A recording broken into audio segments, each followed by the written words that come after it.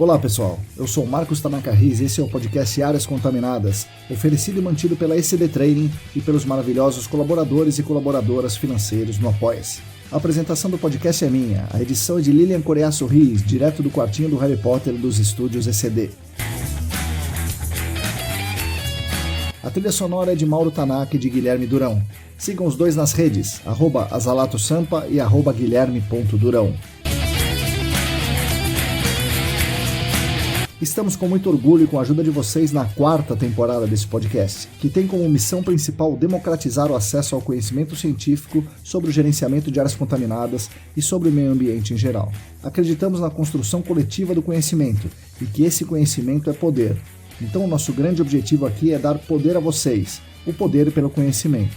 E ao mesmo tempo reconhecer a contribuição de cada um nessa construção coletiva. Portanto, queremos também dar voz pelo reconhecimento dessa importância. Nessa 4ª temporada, queremos continuar com esse trabalho de contribuir com os debates e fazer essa divulgação científica, e assim darmos essa nossa contribuição para construir um mundo melhor e mais justo. Contamos com todas e todos vocês nessa jornada. Venham com a gente para o podcast Áreas Contaminadas.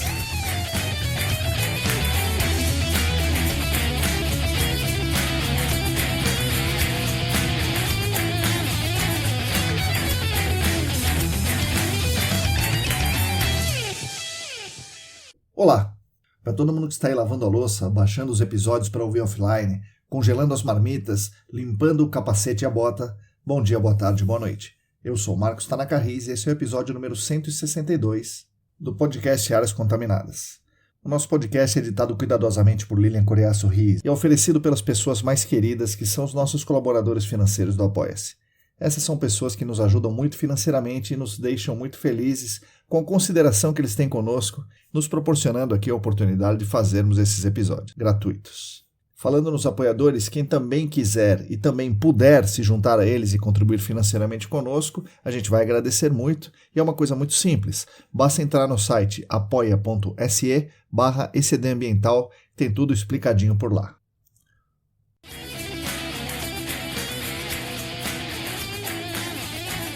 O nosso podcast Áreas Contaminadas conta com o patrocínio master da Clean Environment Brasil, que comercializa produtos e tecnologias para investigação e remediação de áreas contaminadas.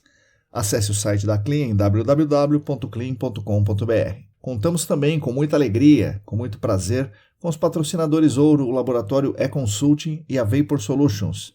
Os nossos patrocinadores cumprem um papel muito importante de permitir que nós continuemos aqui construindo essa caminhada juntos, além, é claro, de nos honrar muito em unir o nome deles à nossa marca aqui do podcast.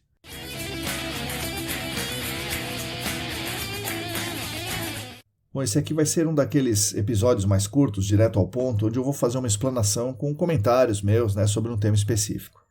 Pensamos aqui nos estudos ECD que esse tipo de episódio mais curto, direto ao ponto, é muito importante para ajudar as pessoas, porque ele fala de temas que a gente discute lá no Senac, discute nas reuniões da ABNT, nas reuniões da ESAS, em outros fóruns, outras universidades e tal, mas nem todo mundo tem acesso fácil. Então a ideia está sendo intercalar as entrevistas com episódios técnicos um pouco mais curtos. E aí eu gostaria que vocês me sugerissem temas, aí abordagem, textos, para a gente comentar aqui nesses episódios técnicos.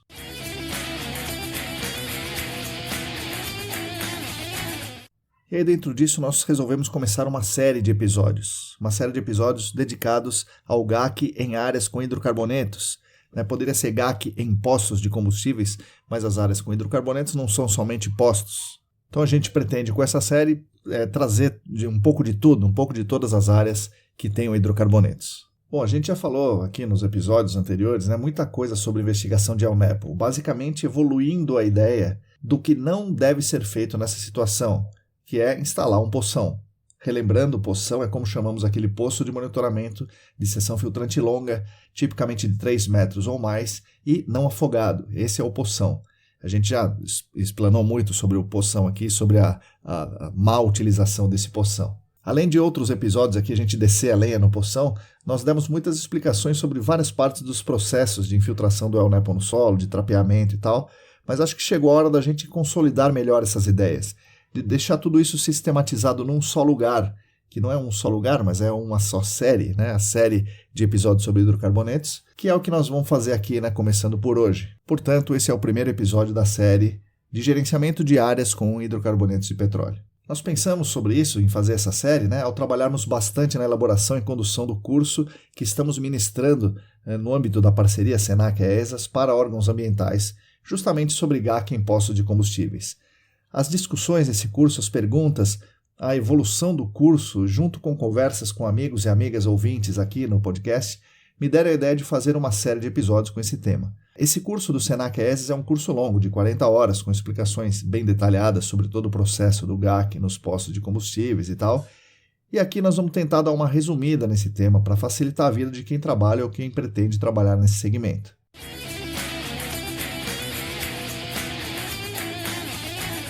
E aí, pensando lá no início dos nossos canais, há pouco mais de 3 anos, naquele momento eu, ingenuamente, achava que tudo que já deveria ter sido dito sobre postos de combustíveis, a investigação em postos, já tinha sido dito.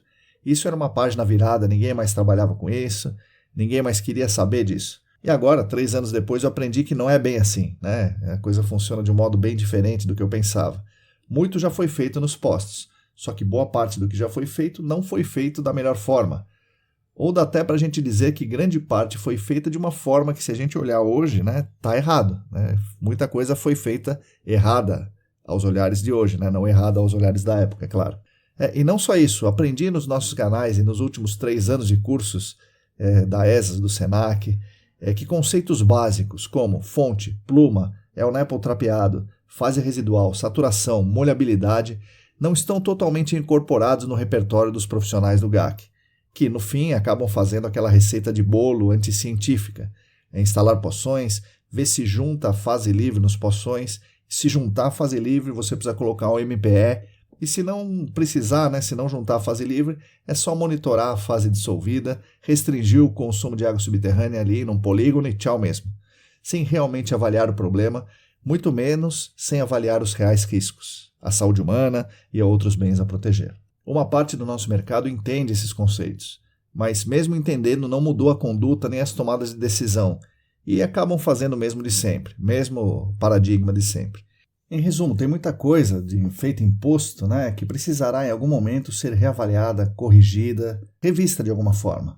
Uma parte desses casos não teve solução ainda porque estão sendo olhados do jeitão antigo e que estão batendo e voltando há muitos anos e agora talvez a situação mude. Aprendi também que há um imenso mundo não explorado ainda de investigações e remediações em postos por todo o Brasil, que os órgãos ambientais, a sociedade e os profissionais estão descobrindo somente agora. Além de muitas mudanças de uso em áreas que eram postos, estão virando residências ou outro tipo de uso, Portanto, exige um olhar mais dedicado, um olhar mais minucioso.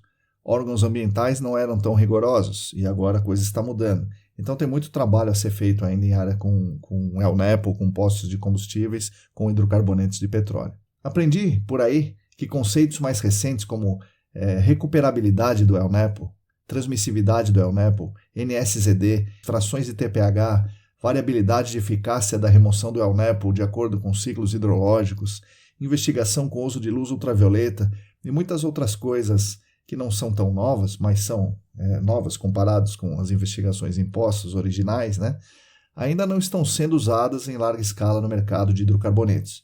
Mas isso vai acabar acontecendo, todos esses conceitos vão ser incorporados e vão acontecer em algum momento, e esse momento é breve.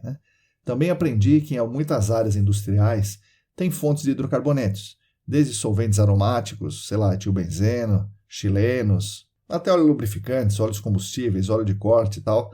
E essas áreas precisam, mesmo que não sejam postos, são áreas industriais que tenham hidrocarbonetos, precisam de um olhar adequado. E eu vi também que nos últimos 2, 3 anos o Senac e a ESAS vem fazendo um trabalho muito intenso de capacitação dos órgãos ambientais de todo o país, o que tem aumentado a cobrança por um trabalho de melhor qualidade nos postos e também em outras áreas com hidrocarbonetos, levando profissionais do Brasil inteiro a buscarem mais capacitação em áreas contaminadas também. E tem mais um detalhe. Nos últimos 3 anos, muita gente entrou no mercado e ainda está tateando esse mercado, vendo as possibilidades, sentindo como funciona, o que procurar, onde procurar e tal, e acabou se deparando com os nossos canais. E, como todo início no GAC, áreas com hidrocarbonetos representam uma fração importante dos casos. E é bom que essas pessoas mais recentes no GAC, que estamos fazendo esse trabalho aqui nesse canal, aqui nos nossos canais de divulgação científica, mas não estamos sozinhos. Contamos com muita ajuda de muitos amigos que conversam comigo, que dão sugestões, que me ensinam coisas, debatem comigo e tal. E além daquele grupo de pessoas maravilhosas que eu já citei aqui, os nossos apoiadores financeiros no Apoia-se. Por causa deles, continuamos com os conteúdos gratuitos aqui. Então, se você entrou no GAC nos últimos 3 anos, esses nossos canais existem aqui há um pouco mais de 3 anos, por conta de toda essa ajuda que a gente tem. E aí, pensando em tudo isso, resolvemos, então, fazer essa série que tem também o objetivo de atender esse público, dos que estão começando agora no GAC, dos que estão começando agora a ter contato com essas novas tecnologias, abordagens, normas, ideias sobre investigação e remediação de postos de combustíveis, e também aqueles profissionais que já trabalham há algum tempo e têm a necessidade de compreender melhor alguns conceitos ou alguma técnica, ou compreender melhor uma abordagem mais recente, mais científica, mais baseada nos artigos internacionais e tal. Resumindo, buscaremos atender todo o nosso público aqui. Espero que vocês gostem do resultado e vamos então falar do GAC em áreas com hidrocarbonetos de petróleo.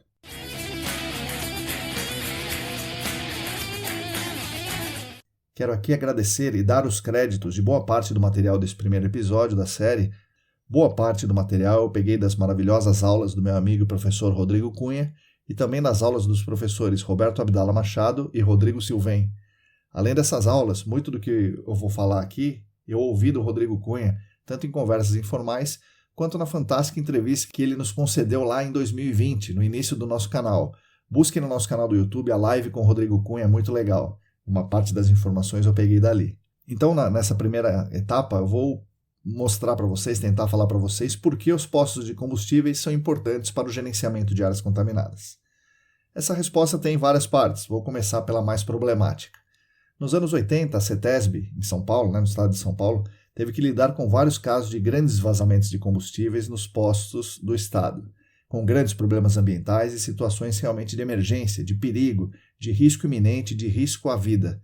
Esses vazamentos não tinham controle, ninguém ficava sabendo dos vazamentos até que aconteciam problemas grandiosos, como aparecer gasolina no ralo da casa do vizinho, inverter óleo diesel pela parede da garagem subterrânea, explosões e outros acidentes parecidos. Quem atendia esses casos era o setor de emergências químicas da CETESB, e como esses atendimentos em postos começaram a aumentar muito, isso chamou a atenção da CETESB como um todo, e em particular de um setor ali que trabalhava com pesquisa e que olhava muito para a poluição do solo. Naquele tempo não se falava em contaminação, em área contaminada, mas sim em poluição, poluição do solo. Tema que não era cuidado pela CETESB, que basicamente se dedicava lá nos anos 80 à água superficial, à balneabilidade de praias, à poluição do ar, iniciava ali um setor de resíduos sólidos. Mas o setor de pesquisa estava olhando para a poluição do solo, para o que a gente viria a chamar de áreas contaminadas, e para os derramamentos de petróleo no mar. E para nossa sorte aqui do GAC, quem estava à frente do setor de pesquisa era o Rodrigo Cunha. Lembro também que na segunda metade dos anos 80, início dos anos 90, foi marcado por uma inflação, pela hiperinflação no Brasil, e os preços no supermercado variavam no mesmo dia. Da mesma forma, os preços de combustíveis variavam no mesmo dia, de modo que os donos dos postos, os donos que podiam fazer isso, aumentavam a sua capacidade de armazenamento de combustível, legal ou ilegalmente, para ganhar ou não perder na mudança de preço. Isso fez com que a área de tancagem fosse crescendo sem muito critério, sem muitas regras. Então tem postos antigos daquele tempo, anos 80, 90, tem tanque em todo lugar do posto, aumentando, é claro, o risco de vazamento, o risco de acidentes de todos os tipos. E aí, se juntar tudo isso, a gente tem aí um prato cheio para os problemas ambientais. Bom, voltando aqui ao meu amigo Rodrigo Cunha, durante o seu doutorado no Instituto de Geociências da USP, ele tem contato com um professor estadunidense que gostava muito do Brasil, dava aula lá naquele instituto, e lá na sua terra natal, nos Estados Unidos, ele era um dos maiores especialistas em investigação e remediação de áreas contaminadas, a partir do que ele chamava de hidrogeologia de contaminação. Era o professor Robert Cleary, que até hoje atua como consultor em alguns casos aqui no Brasil, lá nos Estados Unidos, e ministra, junto com o meu também amigo Paulo Negrão, cursos da Princeton Groundwater. Se vocês tiverem oportunidade, façam o curso com Robert Cleary, com Paulo Negrão, é um curso muito bom. Bom, isso era meados dos anos 90, Lá nos Estados Unidos já tinha havido a grande primeira onda de remediações, usando basicamente o paradigma do pump and treat, que se iniciou com o famoso caso do Love Canal, e depois, com o estabelecimento do Superfundo, foram investigados os postos de combustíveis e estabelecidos o que eles chamavam de Programa UST, a sigla em inglês para tanques enterrados. Isso foi o grande desenvolvimento, o grande boom, né, o grande crescimento do GAC nos Estados Unidos, o que eles chamavam de indústria da remediação. E aí os pesquisadores e as pessoas que trabalhavam com isso foram lá juntando geofísica, hidrogeologia clássica, geotecnia, engenharia de tratamento de água, de tratamento de efluentes, algumas pitadas da indústria do petróleo e foram criando aí o que a gente chama de indústria da remediação lá nos Estados Unidos e o que a gente chama de GAC aqui no Brasil.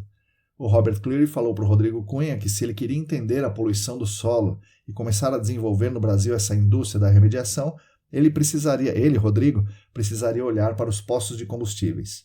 Segundo Cleary, o Rodrigo deveria convencer a CETESB a olhar para o problema da contaminação do solo e água subterrânea a partir dos postos de combustíveis, e foi isso que aconteceu para nossa sorte.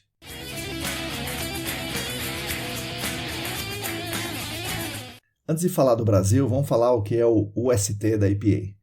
O UST são tanques de armazenamento subterrâneos que, pela definição da EPA, são usados para conter substâncias líquidas regulamentadas e cujo volume está pelo menos 10% abaixo da superfície do solo. Estão fora dessa definição do programa UST tanques residenciais de até 1.100 galões, ou mais ou menos 4.000 litros, para combustível, para aquecimento, para fossa, biodigestor, etc. Tanto residenciais como em fazendas e tal. Os UST são regulamentados nos Estados Unidos pela EPA para evitar o vazamento de petróleo, né, de derivados de petróleo, hidrocarbonetos e outras substâncias também perigosas e evitar a contaminação das águas subterrâneas e do solo por conta desses vazamentos. Em 1985, quando esse programa foi lançado, então 1985, por um lado a gente vê que não faz tanto tempo, por outro a gente percebe que foi bem antes do Brasil, né? Então em 85 tinha 2 milhões de tanques enterrados lá nos Estados Unidos e mais de 750 mil proprietários e operadores desses tanques. É muito tanque. A EPA exigiu que os operadores dos tanques assumissem a responsabilidade financeira por quaisquer vazamentos associados aos tanques. Como condição para manter um tanque em operação, eles deveriam demonstrar uma capacidade de pagar pelos custos, né, de remediação, de investigação, de correção do problema causado pelo vazamento. E essa demonstração pode ser por seguro, por fiança ou alguma outra coisa. Então a EPA começou a apertar o dono desses tanques enterrados, desses USTs. As revisões ajudaram a prevenir e detectar lançamentos, vazamentos dos UST, que são uma das principais fontes de contaminação das águas subterrâneas até hoje lá nos Estados Unidos. Muitos tanques instalados antes de 1980 eram simplesmente tubo de aço, que, claro, corrói com o tempo, né? Muitos tanques vazaram, permitindo que os hidrocarbonetos e os outros produtos contaminassem o solo e a água subterrânea, resumindo, causando áreas contaminadas, terminando como o que eles chamam de brownfields, ou locais especiais, áreas prioritárias do superfundo. Em 1988, os regulamentos da EPA solicitaram aos proprietários que localizassem, removessem, atualizassem ou substituíssem os tanques de armazenamento subterrâneos, com uma série de exigências muito parecidas com o que a CETESB fez aqui em São Paulo. Isso foi lá em 1988. Um pouco antes, em 1986, a EPA criou o Fundo Fiduciário para os tanques subterrâneos, com vazamentos. Esse fundo foi chamado de LUST, vazamento, o Leak UST.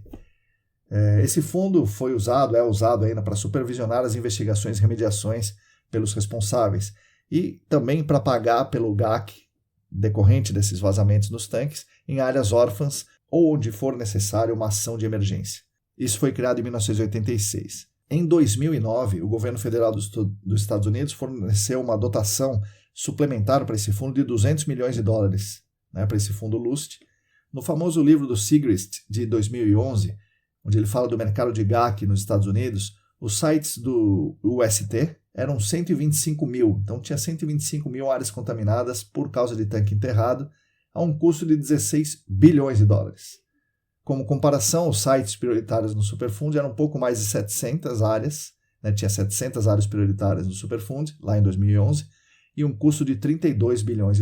Então, eram muito menos áreas, mas o dobro de gasto nessas áreas prioritárias, que é natural, mais ou menos o que a gente vê aqui no Brasil, poucos grandes casos concentrando boa parte dos gastos com GAC, enquanto os postos, que são as áreas equivalentes aos tanques enterrados lá, são muitas áreas espalhadas pelo Brasil todo, pelos Estados Unidos todo também, que geraram um montante menor de recursos individualmente, mas a grana total dos casos é também significativa. Então são muitas áreas, fontes difusas daquele problemão. E aí, olhando para hoje, dá para dizer que o programa deu certo. Aproximadamente 1 milhão de áreas com tanques enterrados nos Estados Unidos foram avaliados até 2019. Mais de 568 mil tanques UST foram confirmados com vazamento em setembro de 2022. Portanto, pouco mais da metade. O trabalho de investigação e remediação foi concluído em mais de 508 mil áreas contaminadas que agora estão reabilitadas. 508 mil áreas, imaginem isso. De acordo com o site do UST, restam cerca de 60 mil áreas ainda com tanques enterrados, áreas contaminadas com tanques enterrados, para serem gerenciados adequadamente. O custo médio, também de acordo com a EPA, é $1 bilhão por ano, e isso dá $67 mil por site, o custo médio. Então, resumindo, o Robert Cleary estava certo. Havia muitos problemas decorrentes dos postos de gasolina, e olhar para essas áreas faria o entendimento da sociedade sobre as áreas contaminadas se desenvolver. Iríamos criar um mercado, criar estudos, massa crítica, enfim, toda uma nova ciência seria desenvolvida a partir disso, olhando para a experiência estadunidense, e ele estava realmente certo.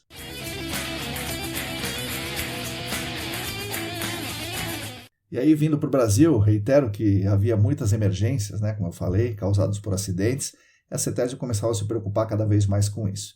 Junte-se a isso a história da fala do professor Robert Cleary com o Rodrigo Cunha, até que acontece também por uma coincidência muito interessante, que eu não vou contar aqui, mas convido vocês a assistirem a live que eu fiz com o Rodrigo, lá em 2020, onde ele conta essa história completa, mas por coincidência aconteceu no início dos anos 90, o início do programa de cooperação da CETESB com a antiga GTZ da Alemanha.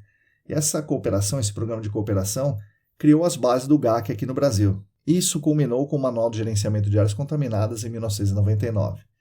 Com todo esse caldeirão, foi criado na CETESB, em 1996, a Câmara Ambiental de Comércio de Derivados de Petróleo, reunindo a CETESB, outros órgãos ambientais, o setor público e o setor produtivo, com participação ativa e positiva das grandes distribuidoras de combustíveis, junto com a CETESB. E essa Câmara Ambiental criou os procedimentos para o licenciamento ambiental dos postos e depois os procedimentos de investigação e remediação dos postos. Então imagina, tudo isso junto fez com que o GAC fosse criado, fosse gestado e se tornasse esse grande mercado que é hoje que todos nós fazemos parte. Bom, falando da Câmara Ambiental, pela fonte oficial, a Câmara era um fórum amplo de discussão com participação do setor produtivo do segmento de combustíveis e esse setor visava, sobretudo, criar mecanismos para solucionar os principais problemas de gestão das questões ambientais ligadas a atividades de comércio e distribuição de combustíveis, que eram potencialmente poluidoras. Mas também, isso eu estou falando aqui, mas eu não tenho a comprovação disso, claro, a Câmara Ambiental me parece que era uma ação também econômica por parte das bandeiras e distribuidoras. É uma ação econômica para dificultar a vida da imensidão de postos bandeira branca que tinham proliferado aqui no Brasil no início dos anos 90, pela abertura, entre aspas, do setor que tinha acabado de ocorrer. E aí procedimentos ambientais mais exigentes seriam vantajosos para as grandes distribuidoras, iam dificultar muito a vida dos pequenos e haveria uma boa justificativa que ninguém poderia discordar e ninguém pode discordar até hoje. A questão ambiental e, mais do que isso, a questão de saúde e segurança pública. Então esses procedimentos exigentes deveriam ser feitos e foram muito bem feitos. Mas as distribuidoras de petróleo, além de concordar com isso, tinha também a questão econômica por trás. Ou seja, as grandes empresas do setor, por uma questão de mercado, ali naquele momento, ajudaram o órgão ambiental a elaborar as leis e os procedimentos que regularam o mercado de petróleo no estado de São Paulo e, posteriormente, no Brasil todo. Outros setores econômicos, em vários outros momentos, sempre lutaram contra as exigências ambientais, mas dessa vez tudo conspirou a favor da criação do GAC em postos de combustíveis no estado de São Paulo. Acidentes e emergências ocorrendo. Programa OST nos Estados Unidos com grande fundo fiduciário. A presença do Robert Cleary no Brasil e suas conversas com Rodrigo Cunha. O setor de pesquisa na CETESB querendo avaliar a contaminação e poluição do solo. A cooperação com a GTZ e a criação da Câmara Ambiental do Petróleo. Tudo isso junto foi o que fez tudo começar.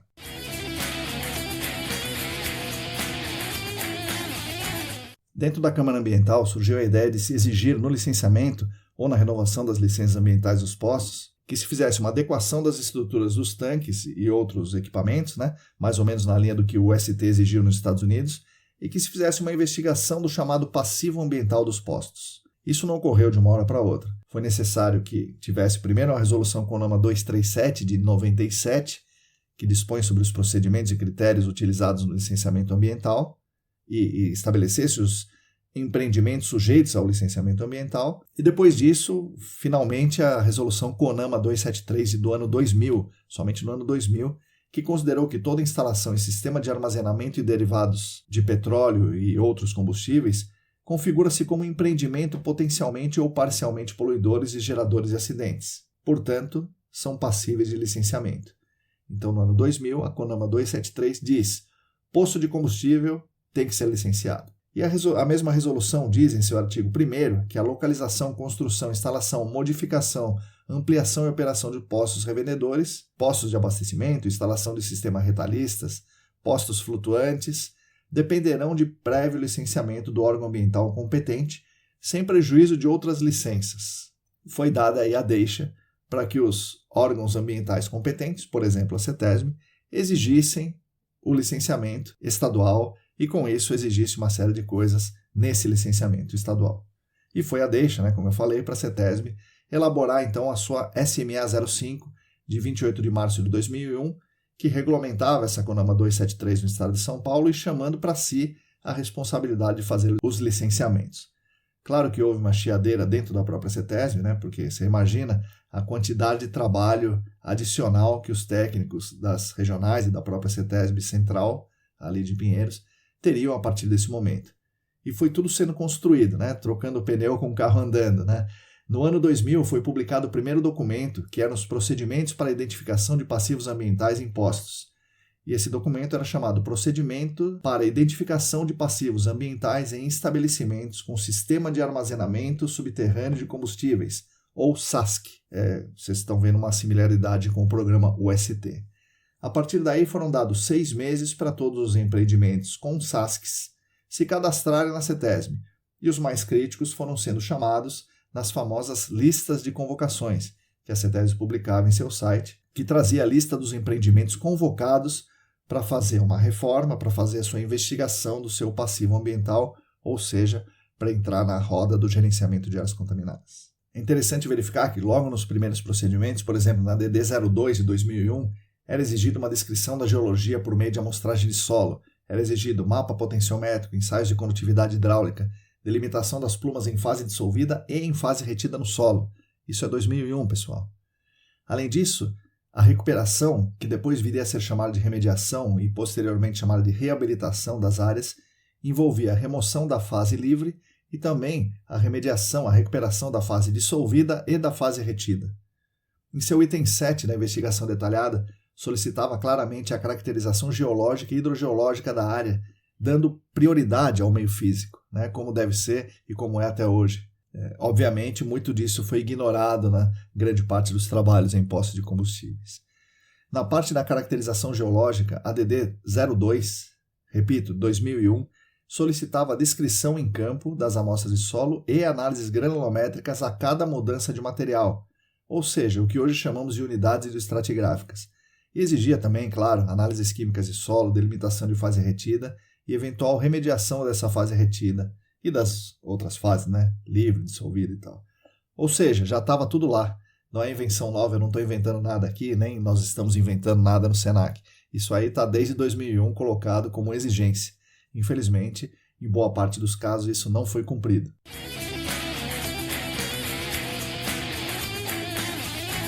Bom, e assim em 2002 foram identificadas as primeiras áreas contaminadas do estado de São Paulo. Eram 255 áreas.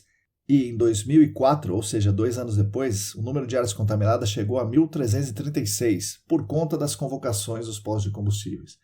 Imagina, chegou, não tinha nenhuma, tinha 250, depois tinha 1.300, 2 anos depois. Imagina o volume de trabalho do mercado, dos técnicos da CETESB, das bandeiras de petróleo, de todo mundo, durante esse período aí de 2001 a 2004. E aí até hoje os postos de combustíveis representam cerca de 70% das áreas contaminadas conhecidas no estado de São Paulo. Dá para imaginar quantas áreas contaminadas existem que não são postos no nosso estado, então são muitas, e também dá para extrapolar esse número, que corresponde a 50% dos postos de combustíveis em São Paulo. 50% dos postos que foram investigados acabaram sendo contaminados, acabou se detectando uma contaminação. Para os demais estados da federação, se a gente extrapolar isso, você vai imaginar quantos postos de combustíveis temos para investigar por aí. Precisamos então, para investigar todo esse monte de área aí corretamente, a gente precisa de abordagens corretas, técnicas e cientificamente defensáveis, com custos adequados aos tamanhos dos empreendimentos, mas que permitam uma avaliação segura dos riscos à saúde humana e ao meio ambiente. Então essa é a ideia dessa nossa série de episódios aqui. Dizer como a gente deve fazer essas investigações e remediações desse multidão de poços de combustíveis e outras áreas com hidrocarbonetos no Brasil todo.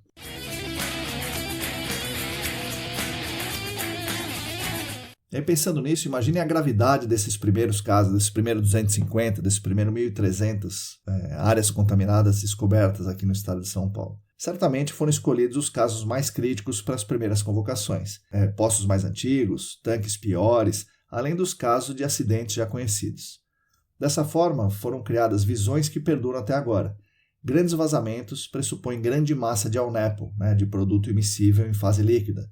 Portanto, uma grande saturação desse produto imissível, grande saturação de ALNEPO, e essa grande quantidade de ALNEPO aparecia, é claro, nos poções, já que tinha muito. Embora hoje saibamos que há uma enorme massa de ALNEPO que não tem saturação, não se move, não entra nos postos de monitoramento. Mas naquele momento, como muito ALNEPO entrava nos poços, acreditava-se que esse era o problema, o ALNEPO que está no poço, a famosa fase livre. E esse pensamento não estava totalmente errado. Afinal, esse ALNEPO móvel, que pode migrar para a casa do vizinho, para o ralo do outro vizinho, para a garagem, para uma utilidade subterrânea, etc., é justamente o ALNEPO móvel. Então, se o ALNEPO não se mover, ele não atinge o receptor. Então, se não há ALNEPO no poço, as pessoas já achavam que tinha acabado a chamada fase livre. Por isso não havia risco. Hoje sabemos que o ALNEPO estava longe de ter acabado, mas o ALNEPO remanescente, o ALNEPO residual, ele não se move. Portanto, da mesma forma, a conclusão é a mesma, ele não vai representar um risco iminente de explodir, por exemplo. Embora os riscos adicionais, não imediatos, não iminentes, tivessem sido negligenciados, porque se existe ALNEPO, existe partição para fase dissolvida, existe partição para fase vapor. E isso as pessoas não viam antigamente e muitos casos hoje em dia também ainda continuam não vendo, porque baseiam suas investigações em poções, como era feito lá no início dos anos 2000. Isso a gente precisa mudar. Por exemplo, uma das coisas que as pessoas naquela época não imaginavam, além dessa partição, é que as variações sazonais do nível d'água podem mobilizar o ALNEPO. As pessoas achavam que era uma nova fonte, Então, quando o nível d'água fica mais raso, o ALNEPO imóvel passa a ser móvel.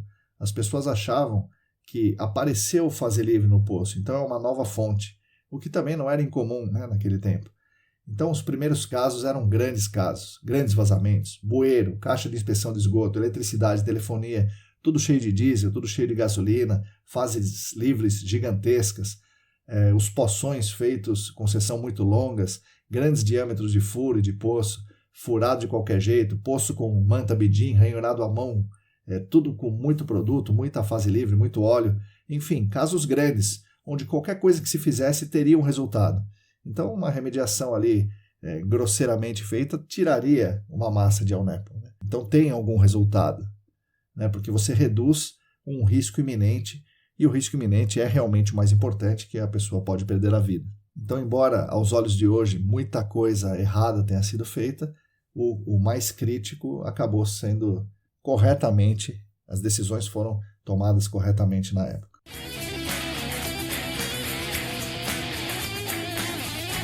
Bom, algumas curiosidades importantes sobre o setor do petróleo no Brasil. No nosso país existem 19 refinarias. 10 são da Petrobras, 9 de controle privado, incluindo aí a refinaria de Mataripe, ex-Relan, na Bahia, a unidade de xisto, a SIX, e a refinaria de Manaus, a REMAN, que foram vendidas todas elas em 2021. As refinarias todas, as 19, têm em conjunto capacidade para processar 2,5, 2,4 milhões de barris de petróleo por dia.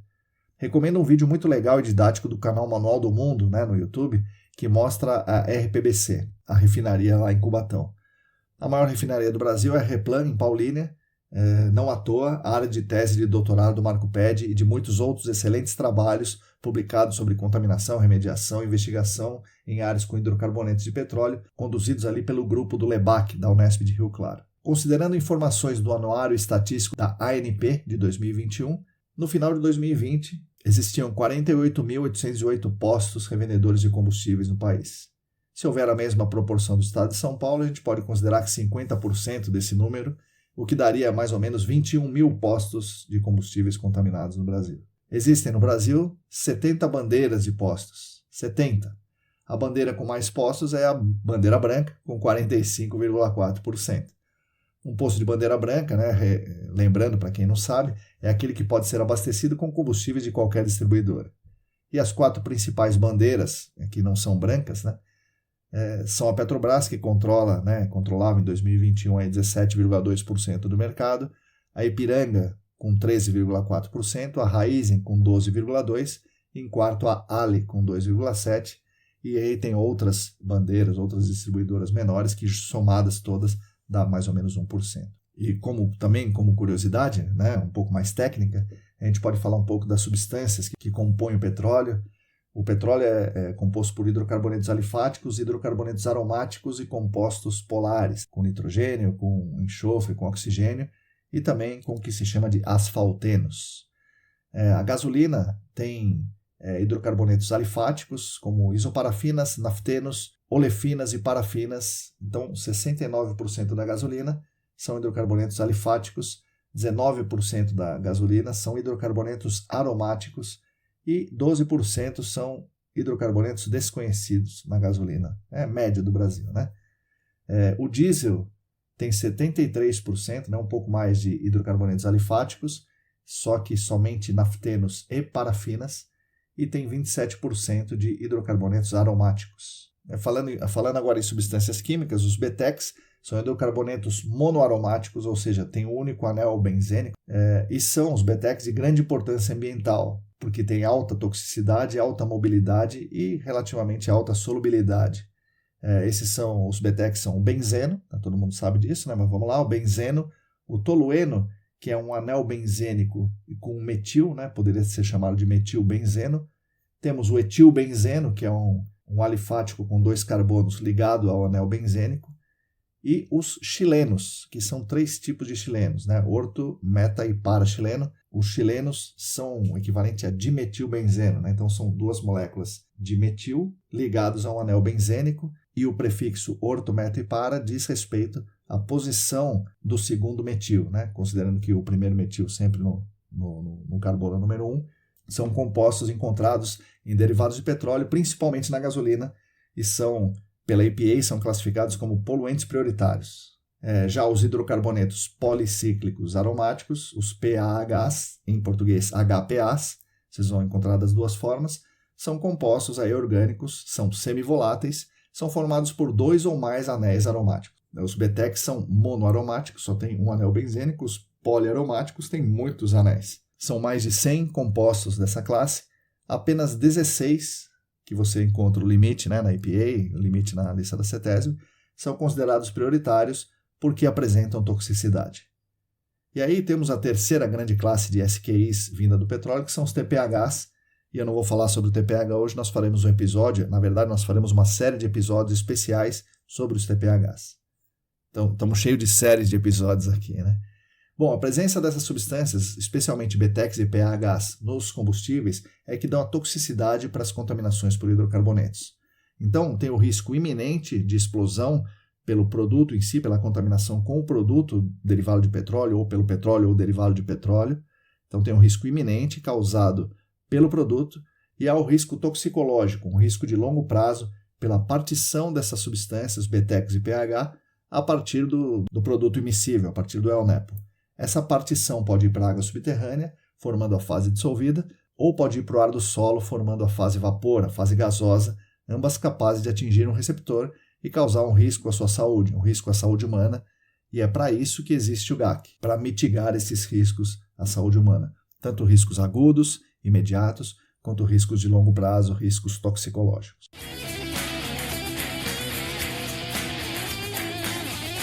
Bom, pessoal, espero que vocês tenham gostado desse episódio de abertura dessa série especial de GAC em áreas com hidrocarbonetos. No próximo episódio dessa série, nós falaremos sobre como o produto contamina o solo e quais as interações do produto vazado com o solo. Não percam! Agradeço mais uma vez a atenção de todos e todas vocês. Espero que esse episódio ajude vocês no dia a dia do trabalho com o GAC. Nós da ECD Training continuaremos lutando lado a lado com vocês por um mundo melhor e mais justo para todas e todos e para as futuras gerações. Nós temos aqui a grande função de esperançar vocês. Então sigam a gente nas redes, assine a nossa newsletter. O link para assinar gratuitamente essa newsletter está na descrição do episódio. Agradeço mais uma vez aos nossos queridos e às nossas queridas colaboradoras financeiras no Apoia-se, que mantém a gente no ar todas as semanas. E agradeço também aos nossos patrocinadores, a Clean Environment Brasil, a Vapor Solutions e o Laboratório E-Consulting. Repetindo, se você quiser e se você puder, contribua financeiramente conosco. Entre no site apoia.se/ecdambiental. A todas e todos vocês, muito obrigado e até a semana que vem.